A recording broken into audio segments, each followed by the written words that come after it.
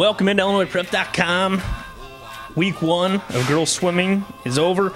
One big meet to talk about, Lake Forest relays. As always, visit the message boards. Let me know what you're thinking. Any big performances that you know about that I may have missed. And as always, you can follow me on Twitter, Skylar iPrep. Lake Forest relays, a couple big teams there, specifically Lake Forest and Glenbrook South, two teams, both in my top 10. Glenbrook South was without Olivia Smoliga in this swim meet, still with a top 3 finish, 8 points behind Stevenson. The host Scouts ran away with this, 433 points, won by 80. And, you know, that's what you expect from a lot of host teams. You know, the girls get geared up to swim good at home, especially early in the season like this. Rachel Starr, 156.11 in the 200, 53.4 in the 100, looking really strong. My early senior swimmer of the year pick. Morgan Dixon, junior from Libertyville, 24.7 and 53.4 in the 50 and the 100 free. Really impressive. And Eleanor Meeks, to round out the sprint freestyle, as a freshman from Lake Forest, 55.02. And so, I mean, the way this relay meet was set up, there's a lot of odd stroke relays and 100 IM relays, crescendo relays. Hard to take a lot from all those different sort of events, but certainly when you look at the events that are going to be swum in a traditional swim meet, Lake Forest 144.3 won the 200 free relay without Rachel Starr, Lavin, Harrison, Schott, and Wang. And again, in the 400 relay, 340.69 with Starr. Lavin led off that one, 54.01. Really nice leadoff time, and Starr 53.6 on the end. And Stevenson right behind with 340.78.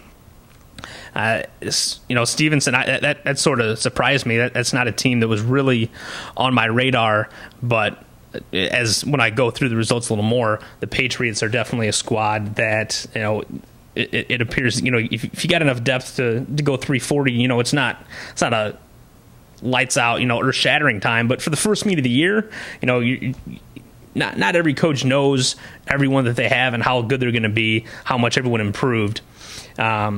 Which sort of brings me into my next point, which you see a lot of early in the season, are these inter-squad meets. And I guess the inter-squads can be useful in seeing some 50s from a lot of different girls and different strokes from a lot of different girls. But the problem I have is because there's no real pressure there. You're competing against all your teammates. You know, it's a fun environment, and you get fired up to swim well in front of all your parents. There's a lot of girls that go out and post like season bests that they don't beat until the end of the year. And that can be really frustrating as a coach when you're like, oh, you know, Sally still hasn't beat her inter-squad meet time that happened in August, and it's almost the conference meet. You know, it's fun. It's exciting. It can give you an idea of where you are, but really, you know, study what your kids did in the off season. You know, look at what they did in the USA meets. What did they do in yards? What did they do in meters? Have they been working out? And, you know, put your first lineup together the best way you can, because I think these inter squads can do more harm than good. Not only from the coach being potentially down on certain swimmers that never approach those times that they may have put up in the inter-squad, but also what's it doing to the swimmer's psyche when they say, man, I thought I'd be getting better throughout the season, but I still haven't beat my time from 2 months ago. And the only type of program team that I can advocate the inter-squad meet for is like the New Trier boys team. They are so far and away the best team in the state that the only way they're going to have a competitive meet is if they swim against themselves. You know, divide everyone up and, you know, evenly, and let's go at it. And, you know, let's really have some top level competition. But any of these other schools, you know, you're going to get some competitiveness throughout the season where your kids are going to have the opportunity to swim some best times, some unshaved, untapered best times against other good competition that invites even dual meets.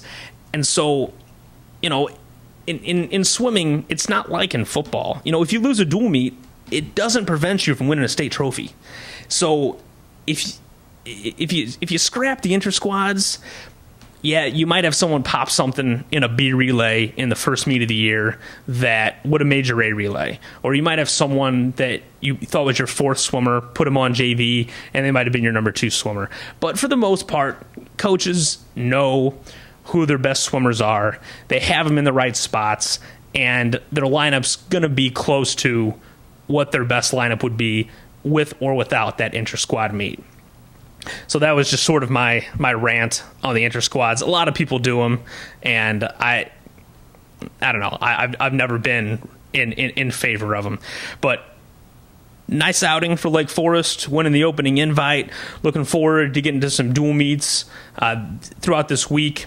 Probably going to be at Neuqua Valley, Naperville Central on Thursday. Not much going on this weekend. I'm going to try to make it out to Hinsdale Central, St. Charles North Saturday, a 10 a.m. start before we head out to the Loyola Montini football game. And then next week is when we'll really start getting in full gear. A lot of Saturday meets after we get the Labor Day holiday out of the way, and full dual meets on Tuesdays and Thursday nights, and invitationals every Saturday. And that's what it's all about as we go through the regular season. So until next time, again, hit the message boards, hit me up on Twitter, let me know what you're thinking, and next time we'll be talking about a couple dual meets and previewing some invites and bigger dual meets going forward throughout the season here on IllinoisPrep.com.